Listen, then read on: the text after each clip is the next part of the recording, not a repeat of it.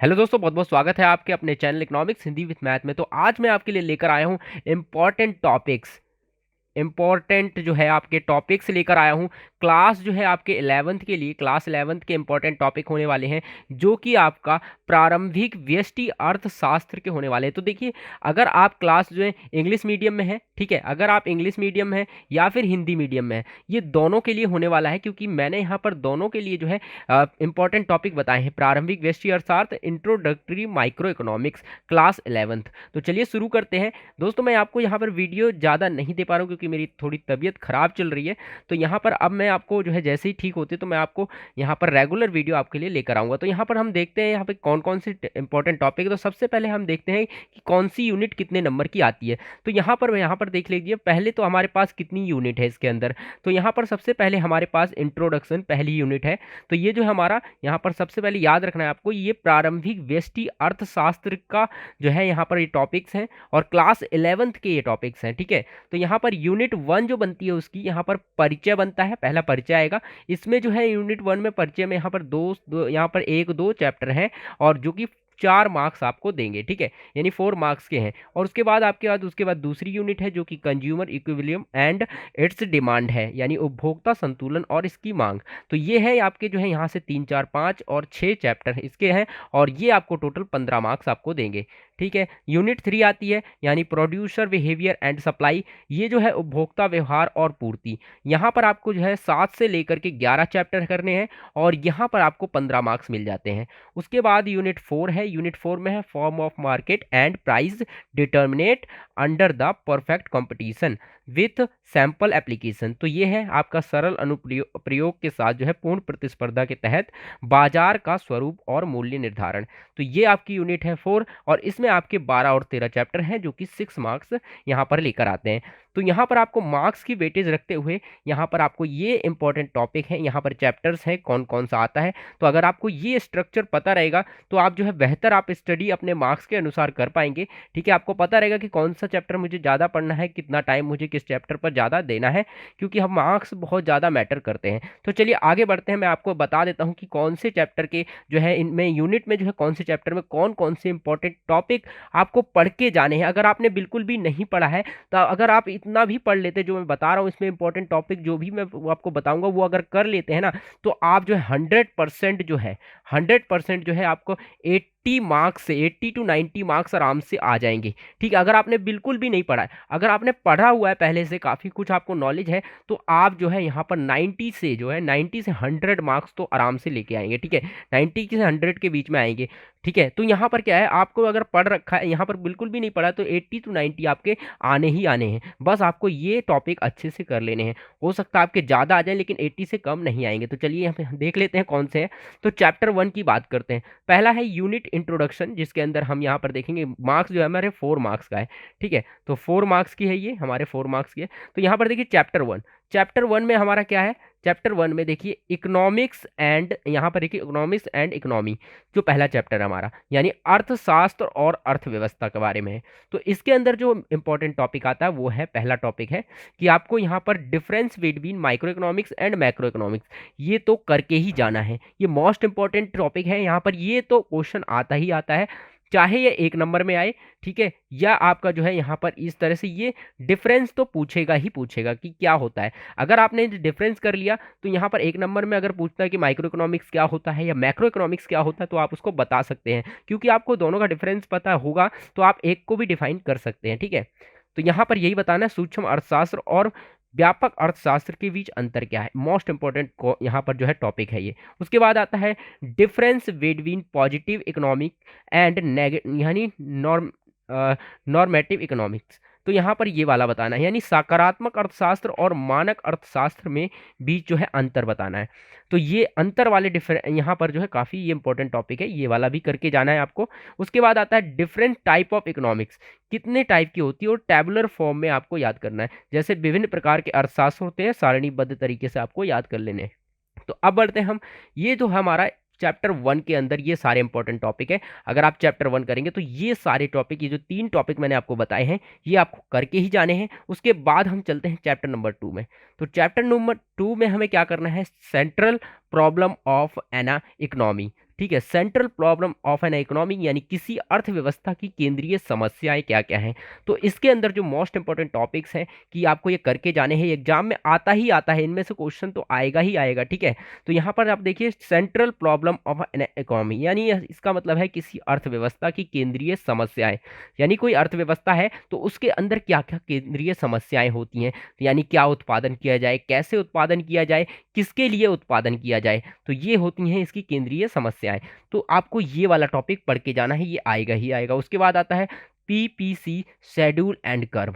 आपको ये वाला पीपीसी का कर्व मोस्ट इंपॉर्टेंट है, ये तो आता ही है। पीपीसी अनुसूचित और यानी अनुसूची और वक्र, ये अनुसूची इसकी पढ़नी है और यहाँ पर इसका वक्र भी पढ़ लेना है, ठीक है। दोनों ही आपको करके जाने हैं। उसके बाद नेक्स्ट टॉपिक है explain to basic property of PPC. तो यानी जो पीपीसी का टॉपिक है वो मोस्ट इंपॉर्टेंट है, क्योंकि ये तो आता ही पेपर में है, एग्जाम में आता है, ठीक है। तो ये आपको पढ़ के जाना ही जाना है। मैं आपको ये टॉपिक, आप चिंता ना करें, आपको मैं सारे टॉपिक करा दूंगा। इस मैं आपको जो है जो आने वाला है यानी 2024 जो है उसमें आपको मैं यहाँ पर कराऊंगा वन शॉर्ट वीडियो लेकर आऊँगा। यानी आपके जो है क्लास 11th 12th की दोनों की जो है वन शॉर्ट वीडियो, यानी एक वीडियो में एक चैप्टर आपका कंप्लीट रहेगा। उसके अंदर आपको सब कुछ मिलेगा, जैसे कि इंपॉर्टेंट टॉपिक मिलेंगे, पूरा सिलेबस कवर होगा उसका एक चैप्टर का, और साथ ही इंपॉर्टेंट क्वेश्चन भी मिलेंगे, साथ ही इंक्लूडेड होंगे प्रीवियस ईयर क्वेश्चन। तो यानी एक वीडियो देखेंगे आप और आपका जो है पूरा का पूरा एक चैप्टर कंप्लीट होगा। और खास बात यह है कि वो जो वीडियो रहेगी वो इंग्लिश और हिंदी दोनों में रहेगी, तो इंग्लिश वाले स्टूडेंट और हिंदी वाले दोनों ही देख सकते हैं।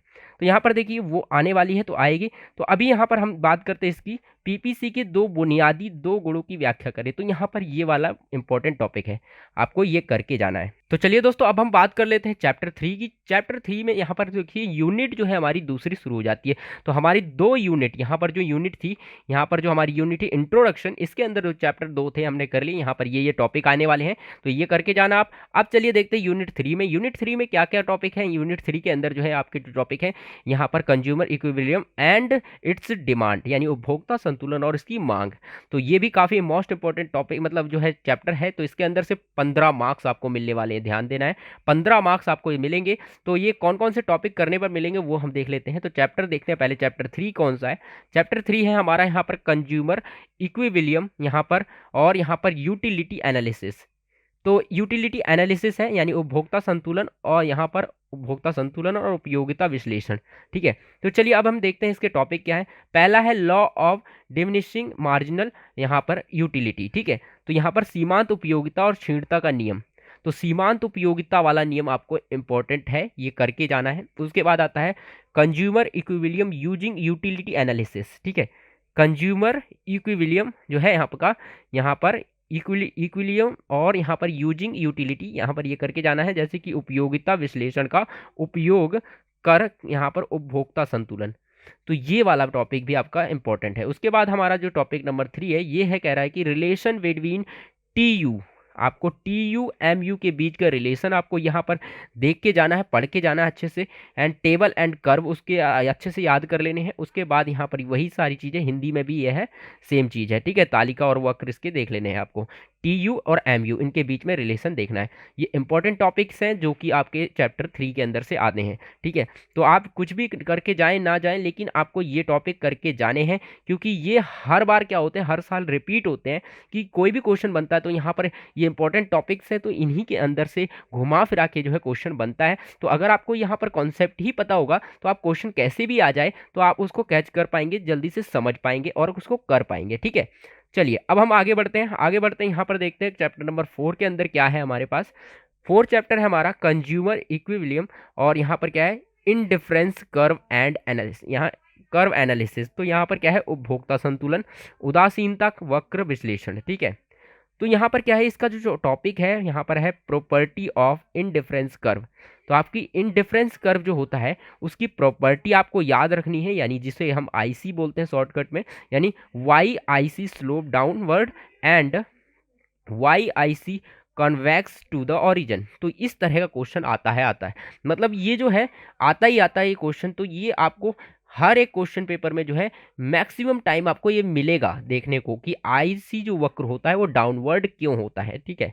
तो बहुत ज़्यादा इंपॉर्टेंट वाला ये टॉपिक है, तो ये आपको बिल्कुल भी नहीं छोड़ना है। जब आप जाएंगे पेपर देने तो ये जरूर करके जाना, ठीक है। तो ये जो है आपके लिए कब का हो सकता है, ये आपके जो 2000 जो है आपके यहाँ पर 24 में, यहाँ पर जो 2024 में जो एग्जाम होने वाले हैं, तो उसके लिए आप इसकी प्रिपरेशन कर सकते हैं, ये सारे टॉपिक करके जा सकते हैं, ठीक है। तो यहाँ पर आपका ये फाइनल एग्जाम में काम आने वाला है। तो यहाँ पर मैंने सारे ही कवर कर लिए हैं। तो देखिए यहाँ पर देखिए consumer equilibrium through IC approach, यहाँ पर कंज्यूमर इक्विलिब्रियम आपको जब बताना है थ्रू आईसी अप्रोच, ये भी पढ़ के जाना है। यानी आईसी दृष्टिकोण के माध्यम से उपभोक्ता संतुलन, यानी आईसी दृष्टिकोण के माध्यम से, आईसी वक्र के माध्यम से जो है दृष्टिकोण के माध्यम से आपका उपभोक्ता संतुलन कैसे होता है, ये भी पढ़ के जाना है। उसके बाद आता है difference between budget line and budget set, most important कि बजट लाइन और बजट सेट आता है। इसका साथ में आपको समीकरण भी याद रखना है कि क्या समीकरण होता है, बजट सेट और बजट लाइन आपको देखना है, इसके बीच का अंतर समझना है और इसका समीकरण भी याद कर लेना है, ठीक है। चलिए अब हम बात करते हैं नेक्स्ट चैप्टर में क्या है। नेक्स्ट चैप्टर में हमारा 5 है जो कि थ्योरी ऑफ डिमांड का है, यानी मांग का सिद्धांत है। तो इसमें हमें क्या क्या पढ़ना है, इंपॉर्टेंट टॉपिक लॉ डिमांड, यानी लॉ डिमांड मांग का नियम जो है, मांग का नियम हमें पढ़ के जाना है क्या होता है, ठीक है। इसकी डेफिनेशन आपको आनी चाहिए। उसके बाद determinant of demand, determinant of demand यानी मांग का निर्धारण कैसे होता है, ये आपको पढ़ना है। डिफरेंस बिटवीन जो है यहाँ पर construction demand and decrease in demand, ये आपको पढ़ना है, यानी निर्माण मांग और मांग में कमी के बीच अंतर, ठीक है। कि मांग का निर्माण कैसे होता है, मांग की कमी क्या होती है, साथ में जो है ये तो पढ़ना ही है, इसके कारण भी आपको पढ़ के जाने हैं कि क्या क्या कारण होते हैं कि निर्माण निर्माण जो है, मांग की निर्माण क्यों बढ़ती है, यानी मांग क्यों बढ़ जाती है और मांग में कमी क्यों आ जाती है। तो ये इसके कारक जो है वो भी पढ़ना है आपको। उसके बाद देखिए डिफरेंस बिटवीन जो है यहाँ पर extension of demand and increase in जो है डिमांड। तो डिफरेंस आपको पढ़ के जाना है बिटवीन एक्सटेंशन ऑफ डिमांड, कि डिमांड कैसे बढ़ती है, एक्सटेंशन कैसे होता है, और इंक्रीज इन डिमांड, इंक्रीज कैसे होती है, मांग में जो विस्तार कैसे होता है और मांग में वृद्धि कैसे होती है, इसके बीच में अंतर आपको ये पढ़ के जाना है, ठीक है। तो दोस्तों अगर आपको ये पीडीएफ चाहिए तो आप जो है हमारा टेलीग्राम ज्वाइन कर सकते हैं, टेलीग्राम ग्रुप है, वहाँ पर आपको ये पीडीएफ मिल जाएगी। वहाँ से आप ये पीडीएफ देख के जो है अपना जो है इसको एज अ नोट्स रख सकते हैं और वहाँ से आप जो है इंपॉर्टेंट टॉपिक देख देख के आप अपनी तैयारी कर सकते हैं। और साथ साथ मैं आपको इंपॉर्टेंट टॉपिक कराता भी रहूँगा, तो आपको चिंता नहीं करनी है। आपकी जो पूरी प्रेपरेशन जो है क्लास जो है 11th की, यानी क्लास 11th और 12th की पूरी इकोनॉमिक्स की जो है आपको गारंटी है, आप बिल्कुल पास हो जाएंगे। अगर आप जो है बिल्कुल भी नहीं पढ़ा तो पास होंगे, पूरी गारंटी है कि आपको जो है 90 से 100 मार्क्स आपको मिलेंगे, ठीक है। अगर आप हमारे चैनल के साथ जुड़े रहेंगे और इसी तरह वीडियो देखते रहेंगे और सपोर्ट करते रहेंगे तो आपको जो है यहाँ पर 90 to 100 मार्क्स आपके आने ही आने हैं, आपको ये गारंटी है, ठीक है। क्योंकि आपके यहाँ पर इस चैनल पर आपको बहुत कुछ मिलने वाला है जो आपको बहुत ज़्यादा इंपॉर्टेंट मतलब हेल्प करेगा, बहुत हेल्प करेगा। तो चलिए अब हम देखते हैं यहाँ पर चैप्टर नंबर 6। चैप्टर नंबर 6 के अंदर आप देख सकते हैं यहाँ पर जो है इलास्टिसिटी ऑफ डिमांड, यानी इलास्टिसिटी मतलब कि मांग की लोच। ये काफ़ी इंपॉर्टेंट चैप्टर हो जाता है जो कि आता है यहाँ पर। सबसे पहले तो इसके मांग की लोच के न्यूमेरिकल करके जाने हैं, जो न्यूमेरिकल प्रश्न होते हैं वो कर लेने हैं। इसका दूसरा टॉपिक है आपका यहाँ पर factor affecting price elastic of demand, ठीक है। जो फैक्टर्स होते हैं किस प्रकार से जो है यहाँ पर प्राइस को अफेक्ट करते हैं, यानी मांग की कीमत लोच को प्रभावित करने वाले कारक।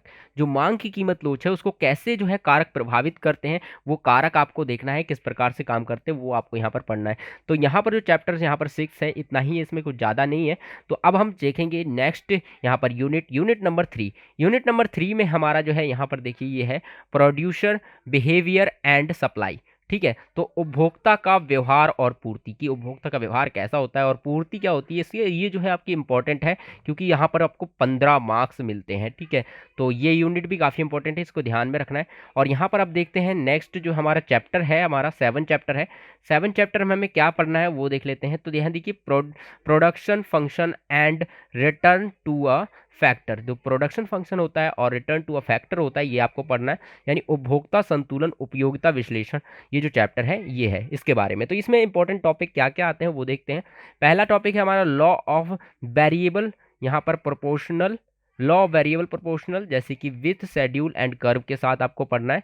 यानी अनुसूची और वक्र, जो कि अनुसूची होती है, और साथ में वक्र के साथ जो है परिवर्तनशील अनुपात का नियम आपको आना चाहिए। ठीक है, तो ये काफ़ी इंपॉर्टेंट टॉपिक है, आता ही परिवर्तनशील अनुपात का नियम क्या होता है ये पूछ सकता है आपसे, तो ये आपको पढ़ के जाना है। नेक्स्ट है हमारा कि रिलेशन बिटवीन जो है टीपी के अंदर और एमपी, यानी टीपी और एमपी। ठीक है, टीपी और एमपी का रिलेशन और एपी और एमपी का रिलेशन आपको पता होना चाहिए। ठीक है, तो यही आपका हिंदी में लिखा हुआ है। उसके बाद देखते हैं कॉसेस ऑफ डिमिनिशिंग रिटर्न। तो कॉसेस ऑफ डिमिनिशिंग रिटर्न में क्या है, यहाँ पर रिटर्न कम होने के कारण, जो रिटर्न कम होने के कारण होते हैं वो क्या क्या होते हैं ये भी आपको पढ़ के जाना है। चलिए अब बढ़ते हैं नेक्स्ट हम चैप्टर की तरफ। चैप्टर नंबर 8 है, इसमें कह रहा है कि कॉन्सेप्ट ऑफ कॉस्ट क्या होता है, यानी लागत की अवधारणा, ये भी इंपॉर्टेंट चैप्टर है। तो इसके अंदर आपके जो है इंपॉर्टेंट टॉपिक है, क्या आता है, पहला आता है आपका रिलेशन बिटवीन एसी और एमसी। तो एसी और एमसी का रिलेशन आपको पढ़ के जाना है, क्या दोनों के बीच में रिलेशन होता है ये आपको पढ़ना है। उसके बाद देखिए कर्व, यहाँ पर क्या है ए सी एम सी का रिलेशन यानी संबंध आपको पढ़ के जाना है। उसके बाद देखिए कर्व टी वी सी, ठीक है, टी वी सी और आपको जो है T F C and T C, तो ये तीनों कर्व आपको पढ़ के जाने हैं, क्या होते हैं इनके बीच में रिलेशन क्या होता है। ठीक है, तो ये सारे कर्व आपको आने चाहिए चैप्टर नंबर 8 के अंदर। ठीक है, इंपॉर्टेंट है, इनमें से ही क्वेश्चन आता है। अगर आपने ये जो है सारे कर्व आपके क्लियर हैं तो आपको जो है कॉन्फिडेंट हो जाएंगे, आपकी एग्जाम में आप लिख पाएंगे, कर पाएंगे। नेक्स्ट हम आगे बढ़ते हैं चैप्टर नंबर 9 में, क्या कह रहा है कि कॉन्सेप्ट ऑफ रिवेन्यू। ठीक है, उपभोक्ता संतुलन उपयोगिता विश्लेषण का चैप्टर है। तो यहाँ पर कॉन्सेप्ट ऑफ रेवेन्यू क्या है, तो यहाँ पर जो कॉन्सेप्ट ऑफ रेवेन्यू है, ठीक है, तो यहाँ पर थोड़ा गलत हो गया ये, तो आप यहाँ पर ये चैप्टर देखिए, कॉन्सेप्ट ऑफ रेवेन्यू इंग्लिश में है। ठीक है, कॉन्सेप्ट क्या है, यहाँ पर रेवेन्यू का कॉन्सेप्ट है, किस प्रकार से जो है मतलब आपको प्राप्ति होती है, रेवेन्यू होती है। ठीक है, कॉन्सेप्ट क्या है उसका वो है। तो यहाँ पर आप देखेंगे चैप्टर नंबर, यहाँ पर इसका इंपॉर्टेंट टॉपिक जो है आपका यहाँ आ जाता है, रिलेशन बिटवीन जो है आपको बताना है ए आर एम आर और टी आर, ये आपको पढ़ के जाना है, रिलेशन इनके बीच क्या होता है, ए आर क्या होता है, एम आर क्या होता है और टी आर, और इन तीनों के बीच में रिलेशन क्या होता है और कब होता है, when price is not constant, जब प्राइस जो कंस्टेंट नहीं होता है, यानी जब जो है कीमत स्थिर नहीं होती है, तो ए आर एम आर और टी आर के बीच संबंध आपको बताना है, ये पढ़ के जाना है। चैप्टर नंबर 10 में आपको देखिए प्रोड्यूसर इक्विलिब्रियम आपको पढ़ना है, यानी उत्पादक संतुलन। ठीक है, उत्पादक संतुलन क्या होता है, तो यहाँ पर आपको इंपॉर्टेंट टॉपिक है ये, explain produce equilibrium using M R and M C approach. तो यानी एम सी, एम आर और एम सी अप्रोच आपको आनी चाहिए यहाँ पर, कि यहाँ पर क्या है, एम आर एम सी और दृष्टिकोण का उपयोग करके जो है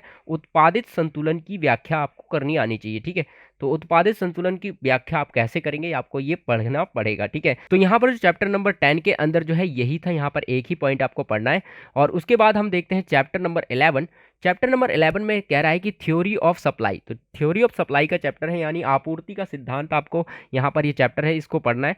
यहाँ पर जो इंपॉर्टेंट टॉपिक है आपका सप्लाई फंक्शन आता है। ठीक है, यानी आपूर्ति समारोह, मतलब जो फंक्शन होता है इसका समीकरण होता है वो आपको पढ़ के जाना है। उसके बाद इसके न्यूमेरिकल क्वेश्चन भी करने हैं, जो कि आपके न्यूमेरिकल क्वेश्चन आएंगे उसकी वो करने हैं। और साथ में आपको जो है डिफरेंस बिटवीन जो है आपको construction of a supply and जो है डिक्रीज इन सप्लाई, ये आपको पढ़ के जाना है, यानी आपूर्ति के निर्माण, यानी आपूर्ति का निर्माण कैसे, जैसे होता है ना मांग का निर्माण कैसे हो रहा था और मांग में कमी कैसे आ रही थी, उसी प्रकार से ये चैप्टर जो है उसका अपोजिट है, यानी उल्टा है, यानी आपूर्ति का निर्माण कैसे होगा और आपूर्ति की कमी कैसे होगी। ठीक है, आपूर्ति में कमी और निर्माण कैसे होगा, इसके बीच में अंतर आपको पढ़ के जाना है। ठीक है, तो यहाँ पर ये चैप्टर थोड़ा ईजी हो जाएगा, क्योंकि अगर आपने वो चैप्टर पढ़ लिया है जिसमें पूर्ति का, यहाँ पर मांग का निर्माण है और मांग की कमी है, तो यहाँ पर सिर्फ क्या इसका अपोजिट चैप्टर है ये, तो आपका ये इजी हो जाता है, यहाँ पर आपका जो है इसमें ज़्यादा टाइम नहीं लगेगा। उसके बाद नेक्स्ट चैप्टर है आपका डिफरेंस बिटवीन जो है यहाँ पर आपका extension of supply and increases in supply, same चीज़ है, यहाँ पर आपूर्ति के विस्तार के बारे में पढ़ना है आपको, आपूर्ति की वृद्धि के बारे में पढ़ना है, और इन दोनों के बीच में अंतर आपको पढ़ के जाना है। मोस्ट इंपॉर्टेंट है, इसमें से सवाल आना ही आना है, ये तो 100% है कि इसमें से सवाल आएगा ही आएगा। ठीक है, तो ये इंपॉर्टेंट टॉपिक आपको नहीं छोड़ना है, दोनों नहीं छोड़ने हैं, मांग वाला और पूर्ति वाला दोनों ही पढ़ के जाने हैं। ठीक है, नेक्स्ट जो यूनिट है हमारी यूनिट नंबर 4, यूनिट नंबर 4 के अंदर देखिए क्या है, यहाँ भी फॉर्म ऑफ मार्केट। ठीक है, उसके बाद price determinate under the perfect competition with sample application. ठीक है, तो सिंपल एप्लीकेशन है। तो यहाँ पर क्या है, सरल अनुप्रयोग के साथ जो है पूर्ण प्रतिस्पर्धा के तहत बाजार का स्वरूप और मूल्य निर्धारण। तो ये यूनिट है आपकी, यूनिट थोड़ी नाम बड़ा है लेकिन कोई बात नहीं। आप यहाँ पर देखिए चैप्टर छोटा है, यहाँ पर देखिए चैप्टर है फॉर्म ऑफ मार्केट। ठीक है, तो फॉर्म ऑफ मार्केट क्या है आपके, फॉर्म ऑफ मार्केट क्या होते हैं, बाजार का स्वरूप। ठीक है, बाजार का किस प्रकार से स्वरूप होता है, ये देखिए चैप्टर ज़्यादा बड़ा नहीं है लेकिन इसे इंपॉर्टेंट चैप्टर है, आपको 6 मार्क्स आपको दिला के देगा, यानी 6 मार्क्स का है। तो यहाँ पर जो है यूनिट ये 6 मार्क्स की, तो आपको यहाँ पर कर लेना है इसको। जैसे कि इसका इंपॉर्टेंट टॉपिक क्या है, परफेक्ट मार्केट प्लस फीचर। आपको परफेक्ट मार्केट आना चाहिए, उत्तम बाजार, यानी परफेक्ट मार्केट होता क्या है और उसकी यहाँ पर फीचर क्या होती हैं, विशेषताएं क्या होती हैं, उसकी सुविधाएं क्या होती हैं। ठीक है, तो उसकी विशेषताएं क्या होती हैं वो आपको पता होना चाहिए, परफेक्ट मार्केट क्या होता है वो आपको पता होना चाहिए। ठीक है, तो चलिए अब हम देखते हैं इसका next chapter number 13, market equilibrium under perfect competition and effect of shift in demand and supply. तो ये वाला जो इंपॉर्टेंट टॉपिक है जो कि शिफ्ट इन डिमांड, ये तो आपको पेपर में मिलने ही वाला है, शिफ्ट इन डिमांड। ठीक है, ये तो हमेशा आपको करके ही जाना है। तो शिफ्ट इन डिमांड यानी पूर्ण प्रतियोगिता के तहत जो है बाजार संतुलन और मांग और पूर्ति में जो है, मांग और आपूर्ति में बदलाव का प्रभाव। ठीक है, तो ये आपको पढ़ के जाना है, कौन है, शिफ्ट इन डिमांड, ये वाला कौन सा है, शिफ्ट इन डिमांड। ठीक है, तो इसके अंदर क्या क्या है, इसके अंदर जो है कर्व है, ऑल कर्व, सभी वक्र आपको पढ़ के जाने हैं। इसके अंदर जो भी वक्र बनेंगे, जो भी जो है आकृतियां बनेगी वो सब आपको पढ़ के जानी है। ठीक है, साथ में आपको जो है price selling and price floor, जो प्राइस मूल्य सीमा और मूल्य तल भी पढ़ना है। ठीक है, और शिफ्ट इन डिमांड यहाँ पर कैसे होता है वो आपको पढ़ के जाना है। तो ये थे कुछ इंपॉर्टेंट टॉपिक्स जो कि मैंने यहाँ पर आपको बता दिए, सारे इंपॉर्टेंट टॉपिक है। अगर आपको पीडीएफ चाहिए तो टेलीग्राम ज्वाइन कर लेंगे आप, जो है इस वीडियो के डिस्क्रिप्शन में आपको लिंक मिल जाएगा, वहाँ से आप टेलीग्राम ग्रुप ज्वाइन कर लें, वहाँ पर ये आपको पीडीएफ मिल जाएगी और इसके अनुसार आप जो है इंपॉर्टेंट टॉपिक को जो है पढ़ सकते हैं। और साथ साथ में आपको जो है इंपॉर्टेंट टॉपिक की वीडियो लेते आऊँगा, मतलब डालता रहूँगा और साथ में आपको इंपॉर्टेंट क्वेश्चन भी प्रोवाइड करता रहूँगा। ठीक है, तो चलिए अब हम यहाँ पर कर लिया है और आगे जो है हमारी जो है यहाँ पर, अभी तो ये प्रारंभिक व्यष्टि अर्थशास्त्र का था क्लास 11 के लिए, साथ ही यहाँ पर जो है समष्टि अर्थशास्त्र का भी आने वाली है ऐसी ही वीडियो, और साथ में आपको जो है क्लास 12th के लिए भी जो है यहाँ पर जो है micro economics and macro economics दोनों के लिए मैं लेकर आने वाला हूँ जल्द ही। ठीक है, तो इस अभी अगर आपको ये वीडियो पसंद आई हो, वीडियो अच्छी लगी हो तो वीडियो को लाइक करें, और चैनल पर पहली बार ये वीडियो देख रहे हैं तो चैनल को सब्सक्राइब करके जो है बेल आइकन को ऑल पर सेट कर लें, ताकि आपको जो है हमारी वीडियो की नोटिफिकेशन मिल जाए। और हमें मोटिवेशन के लिए अपने दोस्तों के साथ शेयर करें ताकि उनकी भी हेल्प हो सके, उन्हें भी पता चल सके कि कौन से इंपॉर्टेंट टॉपिक हैं और वो जो है 2024 के लिए अपनी जो है प्रिपरेशन बेस्ट कर पाएँ और वह 100 आउट ऑफ 100 जो है मार्क्स जो है स्कोर कर पाएँ। तो आई होप दोस्तों वीडियो पसंद आई, तो चलिए फिर मिलेंगे हम एक नई वीडियो में नए टॉपिक के साथ।